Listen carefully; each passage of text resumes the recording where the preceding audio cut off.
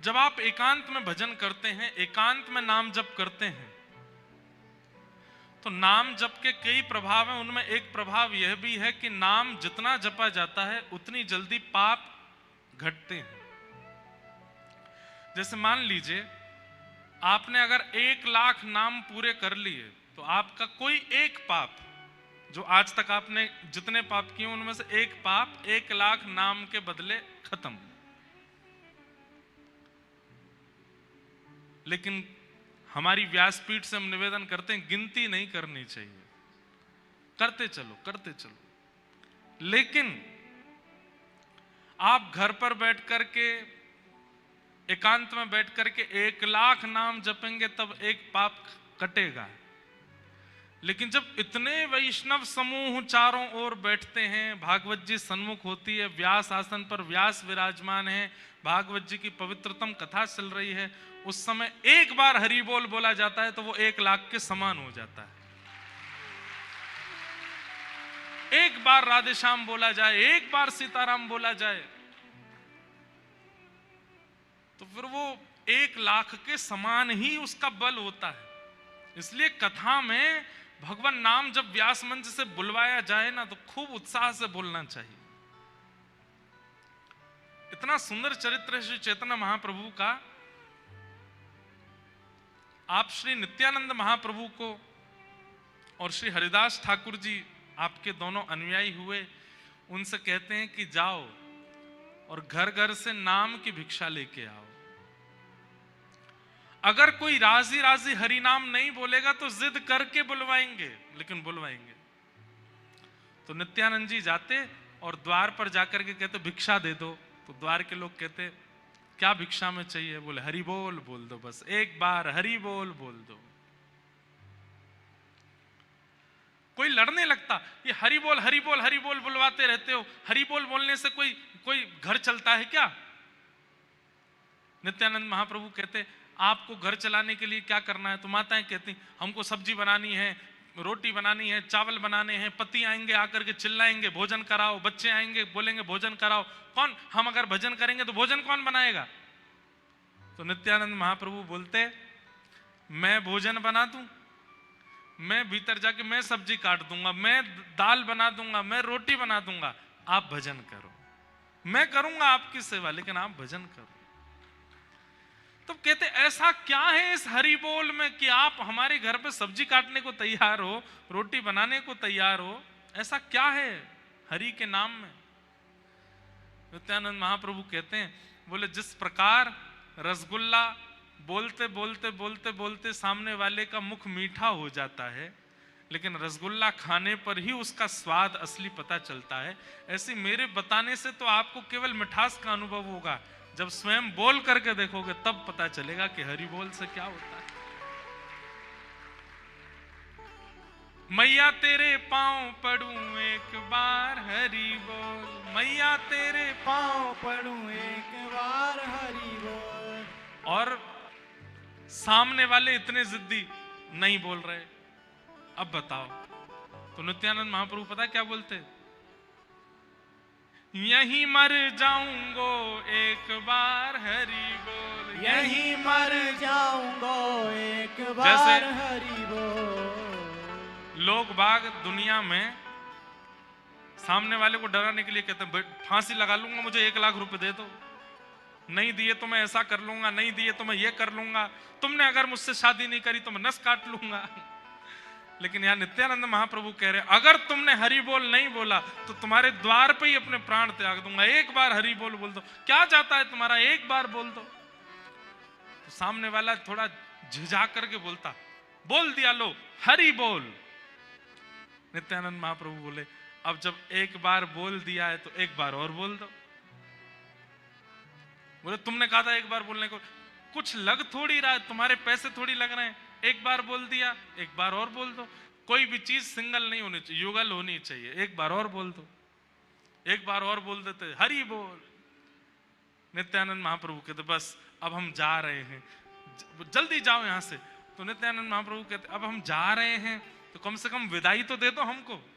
बोले क्या विदाई चाहिए? बोले एक बार और हरि बोल बोल दो। बंधुओं, सामने वाला व्यक्ति जब तीसरी बार हरि बोल बोलता था, 3 बार हरि बोल बोलती उसके चित्त में प्रेम लक्षणा भक्ति प्रज्वलित होने लगती थी, और वो तो बस भुजा उठा करके नित्यानंद महाप्रभु के साथ ही नृत्य करने लगता था। उन्होंने 3-3 बार हरि बोल बुलवा करके कितनों को वैष्णव भक्त बनाया।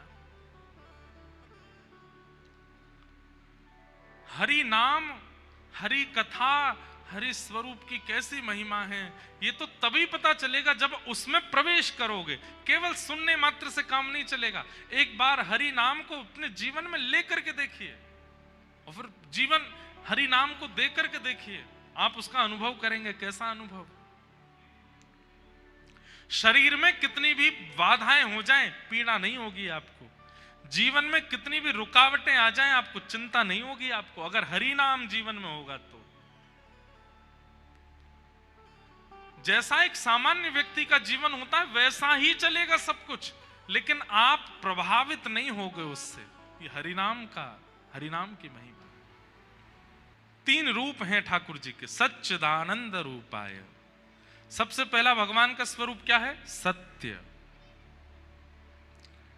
आप उनको अष्ट धातु का बोलते हो, आप उनको मार्बल का बोलते हो, आप उनको सोने का बोलते हो, चांदी का बोलते हो, ये जघन्य अपराध है। ठाकुर जी को कभी भी पाषाण नहीं बोलना चाहिए। ठाकुर जी हैं। पाषाण कब बोला जाता है? जब उनके प्रति सत्य की भावना ना हो। एक बात बहुत ध्यान से सुनिएगा। ये कौन है? ये रमेश है। ये कौन है? ये सुरेश है। ये कौन है? राम सहाय है। ये कौन है? अंकुश है। ये कौन है? आशीष है। ये कौन है? राजीव है। सबके नाम होते हैं, लेकिन जैसे व्यक्ति के प्राण निकल जाते हैं, आप लोगों ने सुना होगा, क्या बोलते हैं? क्या है? शव है, बॉडी है। क्या बोलते हैं? शव है। जब किसी के घर में प्राण चले जाते हैं तो यही कहते हैं कि भाई उनका पार्थिव शरीर कब लाया जा रहा है, उनकी बॉडी कब लाई जा रही है, उनका शव। हम बॉडी तो अभी भी हैं, पर अभी क्यों नहीं बोला जाता? क्योंकि हमारे चित्त में चैतन्य विराजमान है, वो परमात्मा विराजमान है, जिसके कारण आंख देख पा रही है, नाक सूंघ पा रही है, कान सुन पा रहे हैं, हाथ कर्म कर पा रहे हैं, पैर चल पा रहे हैं। और जैसे ही वो चैतन्य तत्व हमारे त्याग कर देता है तो हमारा नाम भले ही कुछ भी हो, लेकिन हमको संबोधित क्या किया जाता? पार्थिव शरीर। शरीर तो हम पहले भी हैं, बॉडी तो हम पहले भी हैं, लेकिन मृत्यु के बाद ही क्यों संबोधित किया जाता है? क्योंकि अब चित्त में चैतन्य नहीं है, अब उसके अंदर आत्मा नहीं है। अगर आप ठाकुर जी को मूर्ति कहते हो, अगर आप ठाकुर जी को पाषाण कहते हो, अगर आप ठाकुर जी को अष्ट धातु का, इनका उनका आदि आदि बोलते हो, एक प्रकार से आप वही अपमान कर रहे हो जो चैतन्य व्यक्ति को पार्थिव शरीर बोलने के समान होता है। अब कोई व्यक्ति यहां से निकल के गया, मैंने कहा ओ भैया बॉडी, नेक रुक गया रे, ओ भैया मांसपेशियों के भंडार, नेक रुक जा, ओ चलती फिरती हड्डी, नेक रुक। उसको कितना बुरा लगेगा? भाई वो जीवित है, उसका नाम बोलिए, और नाम नहीं पता तो राधे श्याम भैया, ओ भैया सीताराम, नेक रुको। हमारे संत समाज में एक बात बहुत ध्यान से सुनिएगा, देखो इधर देखो सब लोग। अगर आप तिलक लगाते हैं, आप ठाकुर जी की सेवा करते हैं, आप वैष्णव हैं, तो आपको एक नियम बनाना चाहिए। अपने परिवार में, अपने कुटुंब में और अपने काम पर भी जहां भी आप जाते हो, कभी भी किसी को ऐसा नहीं बोले ए सुनो, या ए सुनो, ए या फिर ओ ए, ऐसा करके नहीं बोलना चाहिए। वैष्णव यदि हो, राधेश्याम, ओ राधेश्याम, सीताराम भैया सीताराम, सुनो, इससे 2 काम होंगे। सामने वाला व्यक्ति सुनेगा भी और आपका भजन भी हो जाएगा। संत समाज में, हमारे भारत के संत कभी भी ऐसे नहीं बोलते ए सुनो, ओ सुनो, ओ भैया सुन। वो ऐसे बोलेंगे ए सीताराम, राधे श्याम, राधे राधे। ऐसी हमारे वृंदावन में रिक्शा चलाने वाले, उनकी अगर घंटी काम नहीं करती तो वो यही बोलते चलते, राधे राधे राधे भैया साइड हो जाओ, राधे राधे श्याम श्याम श्याम भैया साइड हो जाओ। दो काम हो गए, आपका कार्य भी हो गया, भजन भी हो गया। वैष्णव का ये स्वरूप होना चाहिए। प्रसाद भी पा रहे हो, अब पत्नी को बुलाना है तो उसका भी नाम मत बोलो यार, रोटी के लिए मत बोलो राधे श्याम, जोर से चिल्लाओ। बोले क्या बात है, प्रसाद लाओ, कुछ लाओ। एक बार भगवान नाम किसी को पुकारने में ही, किसी को बुलाने में ही, किसी को इशारा करने में ही नाम तो निकलेगा। इसको कहते हैं सहजा भजन, ये सहज भजन है और ये हर वैष्णव को करना चाहिए। कम से कम खरगोन में आज से, आज की कथा का एक सूत्र लेकर के जाओ कि अब घर में किसी को भी बुलाना है, किसी को भी पुकारना है, किसी को भी इशारा करना है, किसी को भी साइड हटने को बोलना है। कथा में भी आप आते हो, भैया हटना, बहन जी हटना, नहीं, राधे श्याम जोर जोर से बोलोगे 2-3 बार। अरे मैं कह रहा हूं जितनी देर नहीं सुनेगा उतनी देर भजन बनता रहेगा। आप कहोगे कि महाराज जी सुने ही नहीं रहे हैं, ठीक है, तो जब तक नहीं सुने बोलते रहो, आपका तो नाम जप हो रहा है ना। ये वैष्णव का स्वरूप होता है। तो हम निवेदन कर रहे थे कि ठाकुर जी को पाषाण मत बोला कीजिए, वो सत्य हैं। अरे हम कहते हैं कि जब आप किसी पोस्टर में भी ठाकुर जी का चित्र देखते हैं ना, ठाकुर जी का चित्र प्रकट होते ही वो पोस्टर भी भगवान है। इसलिए हम निवेदन भी करते हैं कि ज्यादातर कथाओं के कार्ड में या जो डिस्पोजल होने वाली चीजें, उसमें ठाकुर जी का चित्र देना ही नहीं चाहिए। संकेत कर दो, नाम आदि भाव बता दो, लेकिन ठाकुर जी का चित्र मत दो, क्योंकि वो चित्र में परिपूर्ण है। आपको लग रहा होगा कि पीछे एक कटआउट लगा, एक पोस्टर जैसा लगा, नहीं, ये साक्षात ठाकुर जी हैं। और आप ये भावना धारण करके 7 दिन कथा सुनो, 7 दिन में एक दिन तो अनुभव होगा कि अपने नैन मटका रहे थे, अपनी भौं हिला रहे थे, आज इनका मुकुट थोड़ा टेढ़ा सा था। सत्य भावना रखते ही ठाकुर जी का अनुभव होना प्रारंभ हो जाता है। हमें अनुभव क्यों नहीं होते? क्योंकि हमारा उनके प्रति सत्य भाव नहीं है, सत्य स्थिति नहीं है। उनको सत्य मानो। तो भगवान का सबसे पहला स्वरूप क्या है? सत्य। ठाकुर जी को जहां भी देखो इसी भाव से प्रणाम करो कि मैं एक बात कहता हूं कथा में, ठाकुर जी हमारे साथ एक खेल खेलते हैं। कौन सा खेल? सब लोग इधर देखो। एक आप लोगों ने शायद बचपन में खेल खेला होगा, विष अमृत है, विष अमृत खेला है। एक विष अमृत के जैसा एक और खेल होता था। आजकल के छोटे बच्चों को तो पता ही नहीं होगा कौन सा खेल है, विष अमृत कौन सा है। इनको भी बताइएगा, माता पिता अपने अपने छोटे छोटे बच्चों के संग भी खेलिएगा। एक उसमें और हम लोग खेलते थे, उसको इंग्लिश में ऐसे बोलते थे स्टैचू।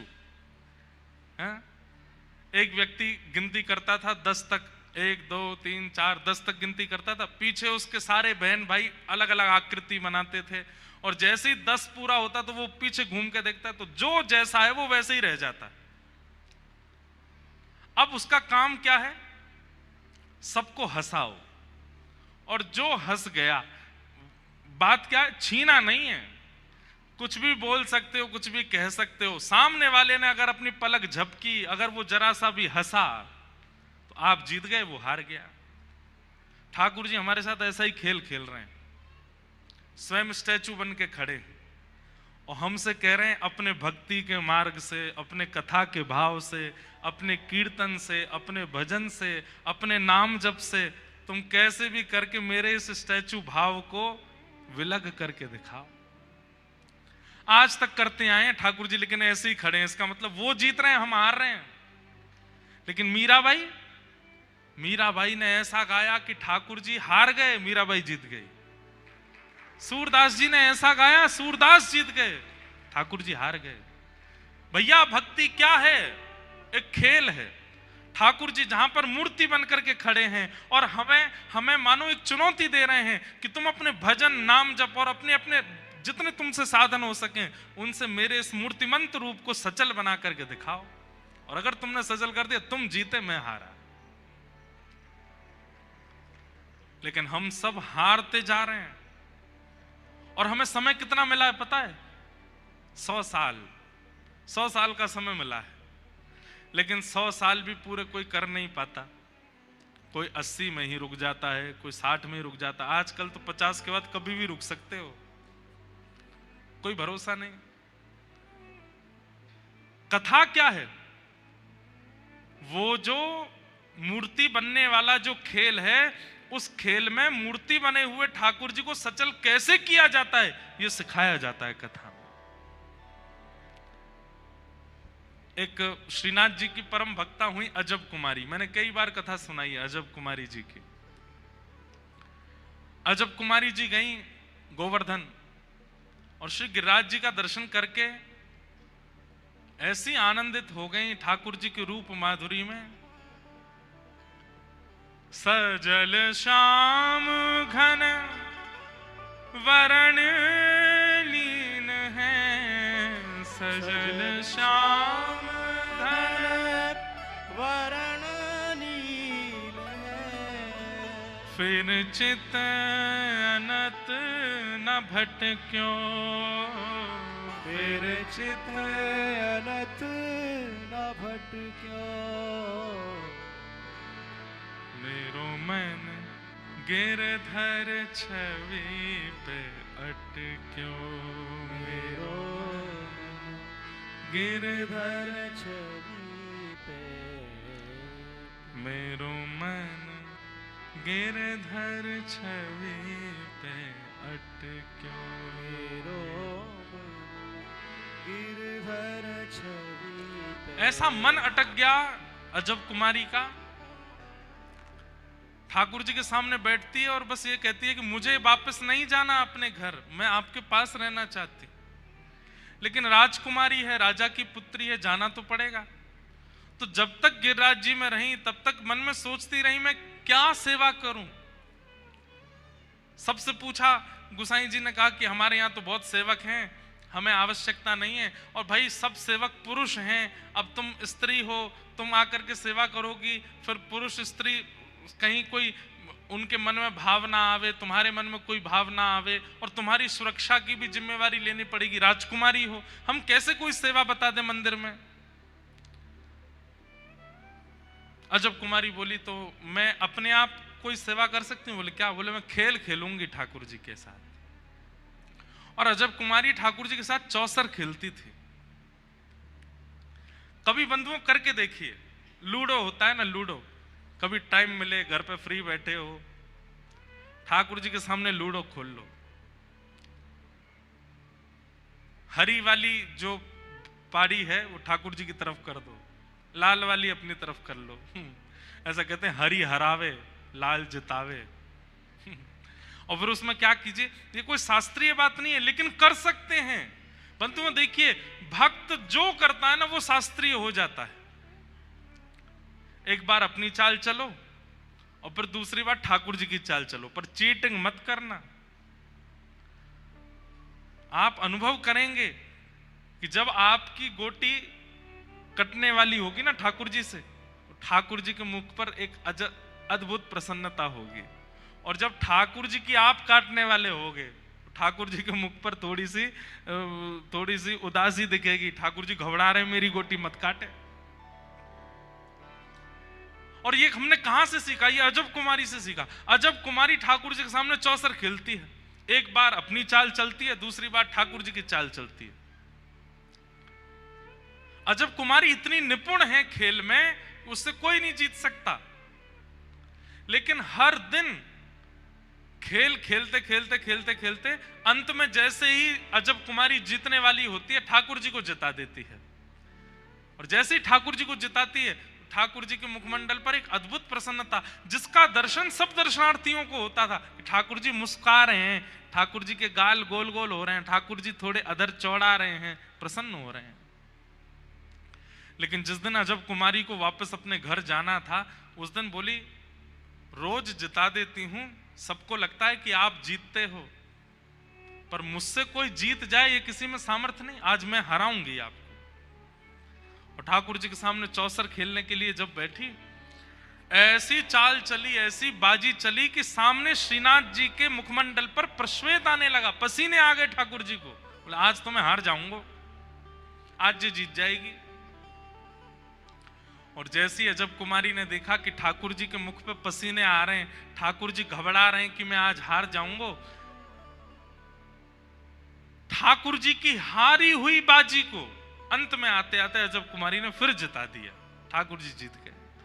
इतने प्रसन्न हो गए ठाकुर जी आज अजब कुमारी से, मानो सबको तो नहीं दिखा, लेकिन प्रत्यक्ष ठाकुर जी सामने आ गए और सामने आकर के अजब कुमारी को हृदय से लगा लिया। हृदय से लगा के बोले, मांग, तुझे क्या चाहिए?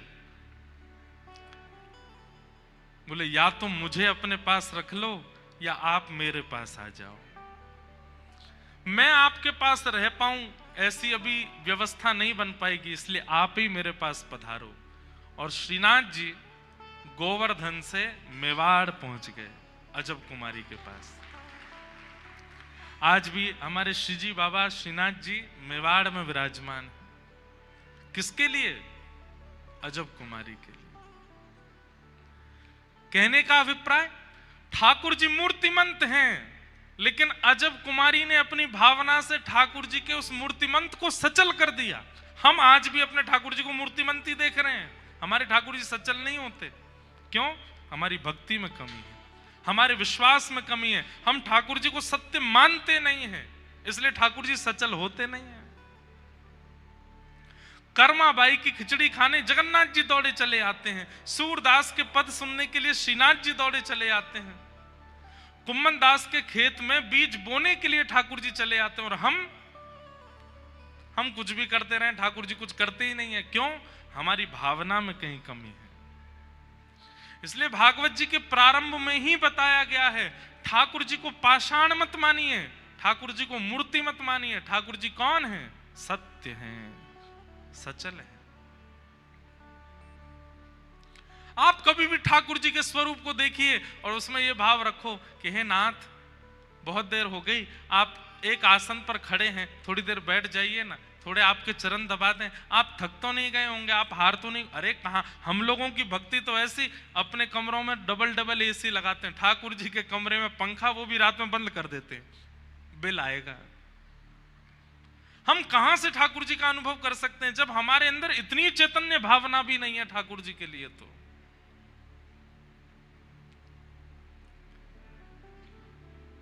अपना ध्यान बाद में रखे, ठाकुर जी का पहले रखे, उसी को अनुभव कराते हैं ठाकुर जी। घर में शादी ब्याह आ जाती है तो हम ठाकुर जी को 4 दिन तक केवल चना, चनौरी और बादाम पे ही रखते हैं। हमारे घर में उत्सव आता है, व्रत होता है ठाकुर जी का। ठाकुर जी हो के भैया 2 दिन के लिए ये कहीं घूम में जा रहा है, केवल बादाम पर छोड़ जाएगा मुझको। ऐसा व्रत तो दुनिया में कोई नहीं करता जैसा ठाकुर जी करते हैं। कई घरों में ऐसा नहीं करना है। traakur जी को सत्य मानिए, उनके प्रति सत्य की भावना रखो। ठाकुर जी सचल है। दूसरा, ठाकुर जी कौन है? चैतन्य है। सत्य भावना रखोगे तो ठाकुर जी चैतन्य हो जाएंगे।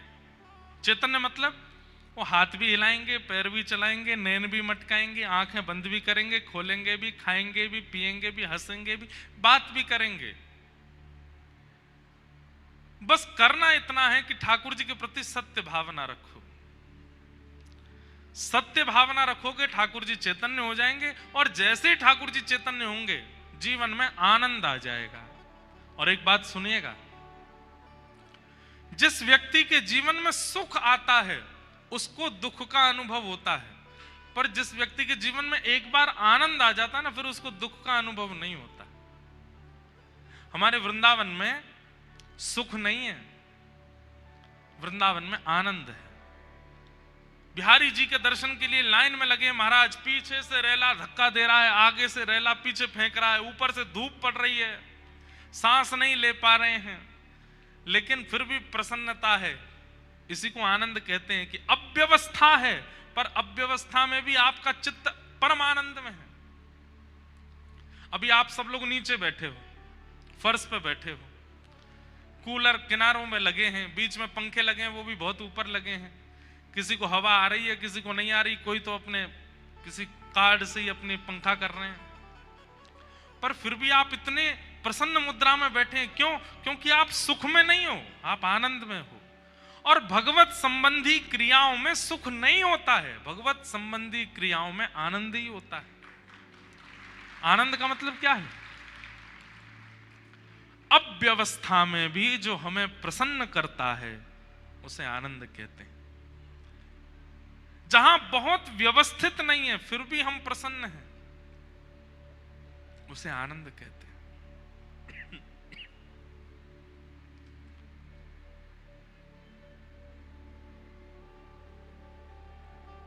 उसे आनंद, इसीलिए नंद घर आनंद भयो, नंद घर सुख भयो, यशोदा घर सुख भयो नहीं गाते। सुख संसारी वस्तुओं से मिलता है। गुलाब जामुन सुख देता है, रसगुल्ला सुख देता है, समोसा सुख देता है, पर अति में अगर रसगुल्ला खाओगे तो दुख देगा, इसलिए वो सुख ही है, आनंद नहीं है। अति में समोसा खाओगे तो दुख देगा, अति में रसगुल्ला खाओगे तो दुख देगा। इसलिए जिसकी अति होने पर दुख परिवर्तित हो जाता हो, सुख दुख में परिवर्तित हो जाता हो, वो आनंद नहीं हो सकता। आनंद किसको कहते हैं? जिसकी अति मिल जाने पर भी वह सुख की वह सीमा कम ना होती हो, उसको आनंद कहते हैं। जैसे ठाकुर जी कृष्ण करनामृत में श्री विल्लु मंगल जी कहते हैं, ठाकुर जी कैसे हैं पता है? जितनी बार आप पलक झपकोगे और पलक झपक के दोबारा खोल के देखोगे, पलक झपकने से पहले जितने सुंदर थे, पलक झपकने के बाद और सुंदर ठाकुर जी लगेंगे, फिर पलक झपकोगे और सुंदर हो जाएंगे, फिर पलक झपकोगे और सुंदर हो जाएंगे। ठाकुर जी का अब किसी लड़के ने अपनी माता पिता से कहा, खरगोन की सबसे सुंदर कन्या से मेरा ब्याह कराओ, करा दिया। लेकिन कुछ दिन बाद वो कितनी भी सुंदर हो, जो उनके पतिदेव हैं वो ज्यादा सिहाएंगे नहीं उनको देख करके। एक आध बार देख लिया ठीक है, अब तो सुंदर दी तो है, क्योंकि संसार की सुंदरता कैसी है, वो प्रतिक्षण, संसार का सुख कैसा, प्रतिक्षण भोग करते करते घटता है। उसका आस्वादन करते करते करते उससे मिलने वाला सुख हमको घटाता है। पत्नी अपने पतियों को ढूंढना नहीं, ऐसी बात है क्या? कहीं पूछने लगो ये महाराज जी कह रहे हैं ये सत्य है क्या? लेकिन ठाकुर जी का स्वरूप कैसा है? जितना उसका उपभोग करोगे, जितना उसको आस्वादन करोगे, उतना सुख बढ़ता है। आनंदाम बुद्धिवर्धनम प्रतिपदम, आनंद बढ़ता रहता है और इच्छा जागृत हो जाती है उसको आस्वादन करने की।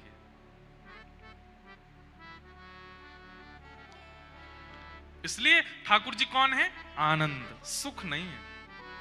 अब कथा, आज पहला दिन है, 7वां दिन जब कथा का होगा तो आप सब कह उठेंगे कथा भैया 7 दिन की नहीं, 1 महीना 1.5 महीना की होनी चाहिए। क्यों? 7 दिन में तो कुछ पता ही नहीं चला, 7 दिन में तो कुछ हुआ ही नहीं। और वहीं पिक्चर आप देखने जाओ तो 3 घंटा वाली भी यूं लगती है कब पूरी होगी, खत्म क्यों नहीं हो रही है। और कथा में ये लगता है कि खत्म क्यों हो गई, विश्राम क्यों हो गई, चलती रहे। क्यों? क्योंकि आनंद है। एक बात बोले बंधुओं,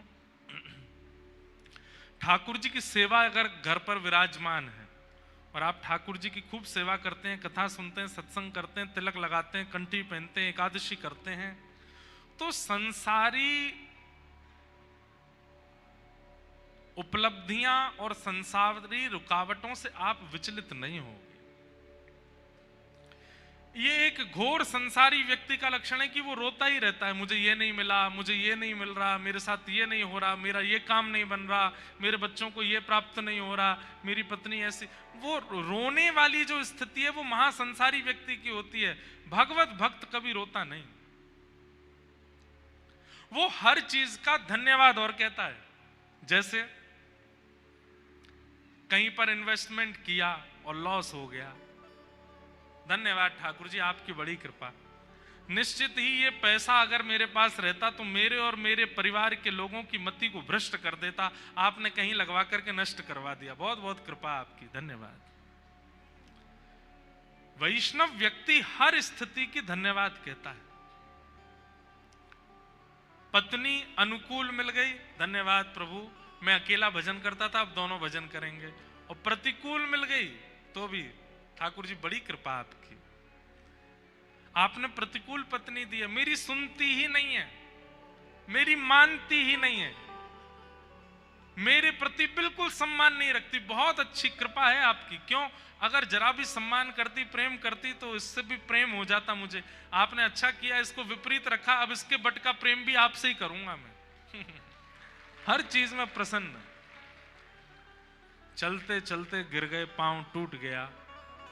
जय हो ठाकुर जी, बड़ी कृपा आपकी। वाह, पांव तोड़ दिया मेरा, हड्डी हड्डी सब टूट टाट गई है भीतर।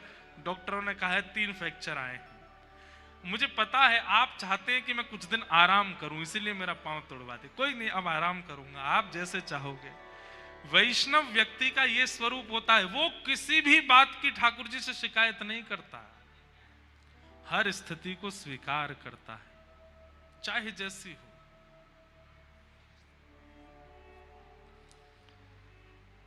तापत्रय विनाशाय। सुदामा जी ने कभी शिकायत नहीं की भगवान से। मीराबाई ने कभी शिकायत नहीं की कि आपने ऐसा क्यों किया मेरे साथ। गजेंद्र ने कभी शिकायत नहीं की। शिकायतें तो हम करते हैं। और एक बात बोले बंधुओं, ये प्रेम का स्वरूप नहीं है। जैसे कोई कहे आपसे कि मैं आपसे बहुत प्रेम करता हूं, लेकिन सुबह से शाम तक केवल शिकायत ही करता रहता है, ये हो गया, ये हो गया, तुमने ये नहीं किया, तुमने, तो कहीं ना कहीं उसका प्रेम अभी उस स्थिति का नहीं है, इसलिए शिकायत है। प्रेम में शिकायत नहीं होती, प्रेम में स्वीकार होता है। शिकायतें बहुत ज्यादा जहां होती हैं, वहां कहीं ना कहीं प्रेम घट गया है, प्रेम थोड़ा कम है, इसलिए शिकायतें। जैसे स्कूल में जब हम पढ़ते थे, अब हमने कोई गलती की, हमारे मित्रों ने देख लिया, कई इतने उद्यमी होते थे, वो प्रतीक्षा करते थे कि कब टीचर आए और हम उनको बताएं। टीचर को पता नहीं चला है कि क्लास में कुछ ऐसा हुआ है। सर, वो जो पीछे बैठा है ना बेंच पे, वो ऐसे ऐसे कर रहा था। अरे उनको पता नहीं चला, तू क्यों जाकर के बोल रहा है? ऐसे बच्चे बड़े शातिर, बड़े चालाक माने जाते थे। लेकिन कई बच्चे कैसे होते, लंच टाइम से पहले हमने भोजन कर लिया, चुपचाप, उसने देख लिया, और मान लो टीचर को पता भी चल गया तो भी वो बीच बचाव, नहीं नहीं सर, मैंने देखा, इसने नहीं खाया, वो इसकी माताजी बढ़िया सब्जी बनाती है इसलिए आपको खुशबू आ गई होगी, इसने नहीं खाया है, वो बचाते हैं। शिकायतें करने का स्वभाव वैष्णव का नहीं होता। अत्यंत शिकायतें जिसके पास भरी पड़ी हैं, वो प्रेमी व्यक्ति नहीं है। इसलिए उर्दपुंड धारण करते हो, ठाकुर जी की सेवा करते हो, कथा सुन रहे हो, वैष्णव पथ के पथिक बन गए हो, भक्ति पथिक हो, तो सबसे पहला काम शिकायतें बंद कीजिए। जो होता है उसको प्रसाद मान के स्वीकार करो। और एक बात और मैं आपको पहले ही संकेत कर दूं, जिस दिन आप ये मन में विचार करोगे आज के बाद कोई शिकायत नहीं, ठाकुर जी कहते अच्छा चलो, उसी दिन से फिर ऐसा खेल खेलेंगे आपके साथ, आप ना चाहते हुए भी शिकायत करने को मजबूर हो गए, लेकिन तब भी शिकायत नहीं की, ठाकुर जी प्रसन्न हो जाएंगे, प्रकट हो जाएंगे, हृदय से लगा लेंगे। नृसिंह भगवान, सुनो, प्रहलाद जी के साथ में क्या नहीं हुआ? दैत्य पिता, दैत्य मां, दैत्य परिवार, दैत्य भाई, दैत्य कुल, सब कुछ विपरीत। पिता ने मारने का प्रयास किया, जिनके लिए शास्त्र कहते हैं कि माता पिता सदैव पूजनीय हैं, वो वंदनीय हैं, वो जो करें सब स्वीकार करो। लेकिन प्रहलाद जी जैसे पिता, हिरण्यकश्यप जैसा पिता, लेकिन प्रहलाद जी महाराज ने कभी शिकायत नहीं की ठाकुर जी से, स्वीकार करते गए, स्वीकार करते गए, स्वीकार करते गए, और उसका परिणाम नृसिंह बनकर के जब भगवान आए तो सबसे पहले प्रहलाद जी को गोद में लेके कहते हैं, प्रहलाद, यदि मैंने आने में विलंब किया हो तो मुझे क्षमा करना।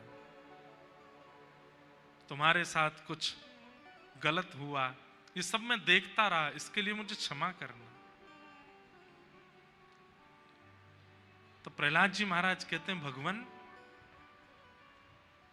मैं इसमें आपका दोष कदापि नहीं मानता कि आपने इतना समय लगाया आने में, बल्कि मैं तो ऐसा मानता हूं कि मैंने पूर्व जन्मों में खूब भजन किया होगा, 5 वर्ष का भजन मेरा शेष रह गया होगा, वो मैंने प्रहलाद बनकर के किया, और जैसे ही मेरा भजन पूर्ण हुआ आप आ गए। अब इस बीच में मेरे साथ जो हुआ उनकी मुझे कोई शिकायत नहीं है आपसे, ये मेरा प्रारब्ध रहा होगा।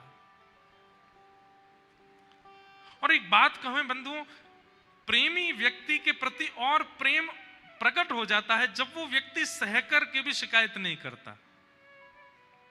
जैसे मां, घर की मां होती है ना, पति बाहर, बेटा बाहर, बच्चे सब दूर, अकेली मां घर पर रहती है। जब सब लौट करके आते हैं तो पूछते हैं, मां आप ठीक हो? अब वो मां अपनी अकेलापन बता नहीं पाती कि मैं पूरे दिन अकेली थी, कोई करने को नहीं था, बात करने को नहीं था, आज ये नहीं खाया, आज ऐसा नहीं किया। पर शाम को जब देखती है कि थके हारे बच्चे आए तो क्या, नहीं बहुत अच्छा था, सब अच्छा था, मैं तो पूरे दिन टीवी देखती रही। पूरे दिन उसने सहा है लेकिन फिर भी वो शिकायत नहीं करती। ये प्रेमी व्यक्ति का भी लक्षण है और पुण्यात्मा व्यक्ति का भी लक्षण है कि वो शिकायतें प्रस्तुत नहीं करता। अगर वो प्रेम करता है तो, और जिससे प्रेम करता है उससे शिकायत नहीं करता। इसलिए हमारी प्रार्थना है, ठाकुर जी से अति शिकायतें नहीं। जल पी लो भैया, शिकायतें नहीं।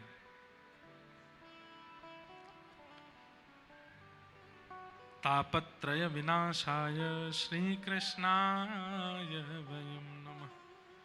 ऐसे सब प्रकार के तापों का उपशमन करने वाले, पूरे जीवन को प्रसाद रूप में हमें प्रदान करने वाले श्री कृष्ण को हम बारंबार प्रणाम करते हैं, वंदन करते हैं। आगे महात्म्य की कथा है, हम जल्दी जल्दी महात्म्य का पूरा सत्र कर दें पूर्ण, सुन के ही जाइएगा। 88,000 सौनकादि ऋषि नैमिषारण्य क्षेत्र में बैठे हैं और तभी सूत जी महाराज का आगमन होता है। 88,000 सौनकादि ऋषियों की एक चिंता है कि मानव का कल्याण कलयुग में कैसे होगा। बंधुओं, एक प्रश्न हम हर कथा में कहते हैं, बहुत ध्यान से सुनिएगा, इधर देखो सब लोग। कल्याण शब्द सब जानते हैं,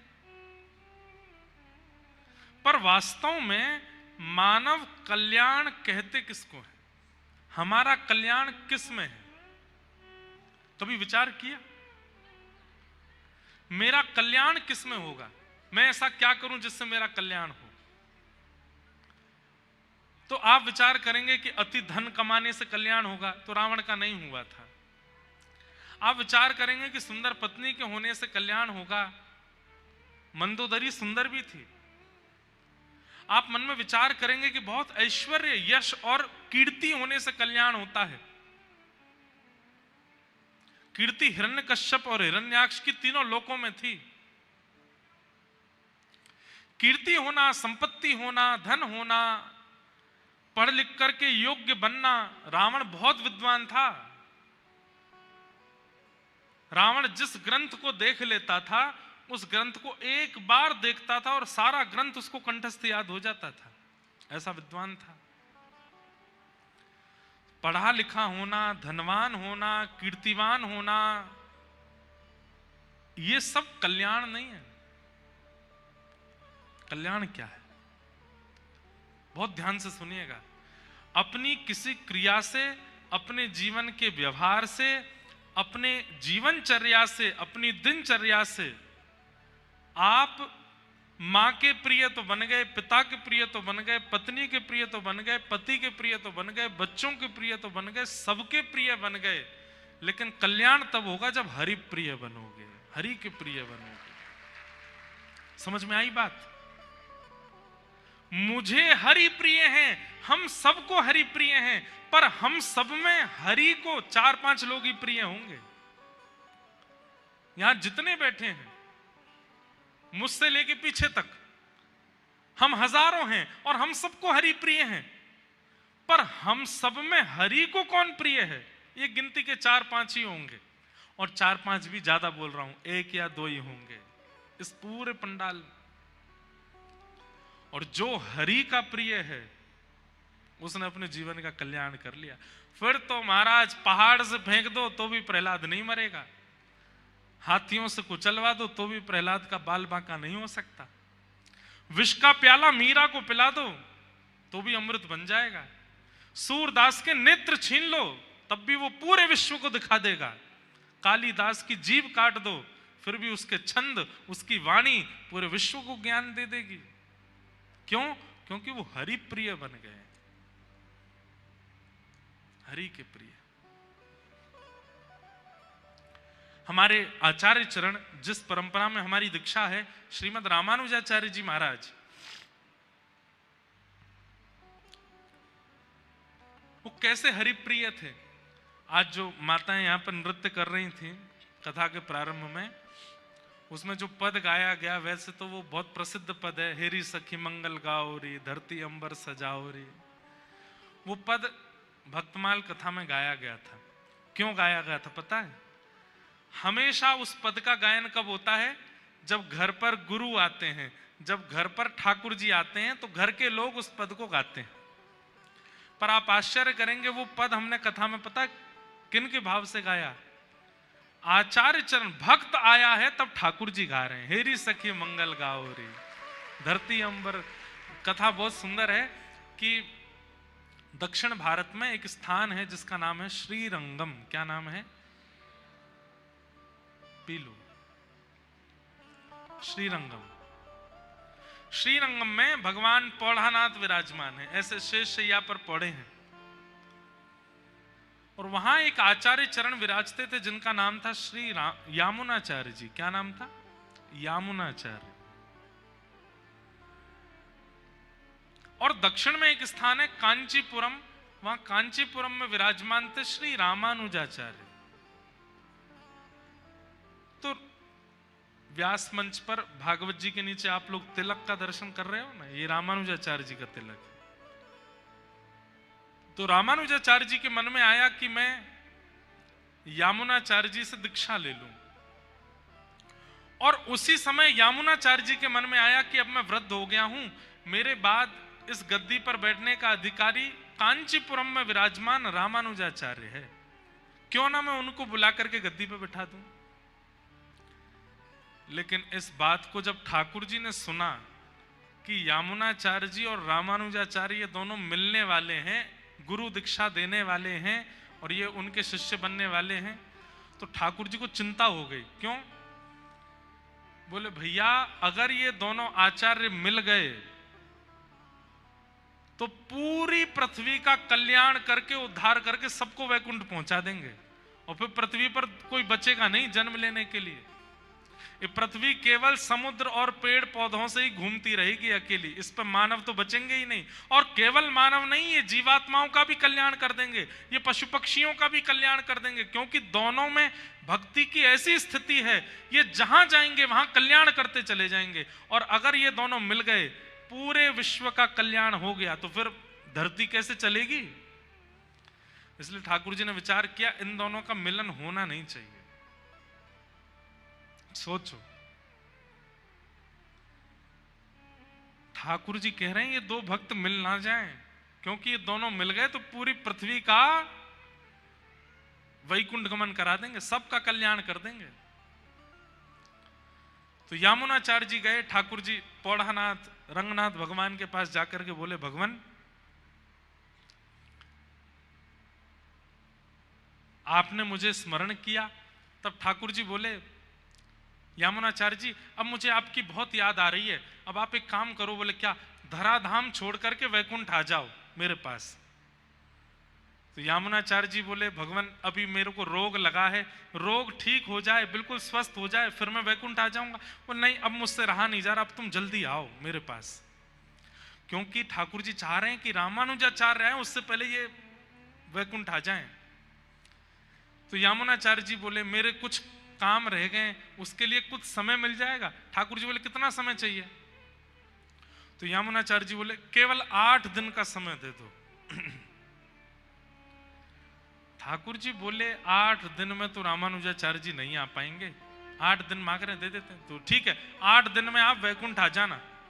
यामुनाचार्य जी बोले ठीक है। ध्यान से सुनिएगा, बहुत सुंदर लीला है। ठाकुर जी चतुर हैं, पर भक्त चतुर शिरोमणि होते हैं। भक्त जो है ना वो संसार के सामने तो बहुत सीधा होता है, पर ठाकुर जी के आगे चतुर बन जाता है। ठाकुर जी की चतुराई नहीं चलती भक्तों के आगे। तो यामुनाचार्य जी बोले 8 दिन का समय दे दो। तो जब यामुनाचार्य जी चले गए, भगवान ने कहा ठीक है 8 दिन बाद आप वैकुंठ आ जाइए। ठाकुर जी सोच रहे हैं इन्होंने 8 दिन क्यों मांगे। तब उनको पता चला अरे इन्होंने एक सेवक को अभी कांचीपुरम भेजा है और यहां से कांचीपुरम जाने में 4 दिन लगते हैं। 4 दिन में वो सेवक पहुंचेगा और जैसे ही रामानुजाचार्य जी से कहेगा कि यामुनाचार्य जी बुला रहे हैं, रामानुजाचार्य जी तुरंत निकलेंगे और 4 दिन में वो आ जाएंगे। 4 दिन जाने के 4 दिन आने, 8वें दिन ये रामानुजाचार्य जी से मिलके दीक्षा देकर के फिर वैकुंठ आने का मन बनाए हैं। और मैं भी भगवान हूं, दोनों को मिलने ही नहीं दूंगा। तब 4 दिन में सेवक पहुंचा और जैसे ही उसने रामानुजाचार्य जी से कहा कि यामुनाचार्य जी याद कर रहे हैं, तो रामानुजाचार्य जी तो बोले मैं तो बहुत दिन से सोच ही रहा था कि मैं जाके दीक्षा ले लूं। तुरंत चल दिए। और जैसे ही रामानुजाचार्य जी श्रीरंगम पहुंचे, बस द्वार पर पहुंचे ही हैं कि भगवान तुरंत यामुनाचार्य जी के सामने आके बोले चलो 8वां दिन है आज। यामुनाचार्य जी बोले कुछ क्षण मिल जाएंगे? ठाकुर जी बोले नहीं अब चल। और श्री यामुनाचार्य जी को रामानुजाचार्य जी से मिलने ही नहीं दिया, ठाकुर जी ले गए।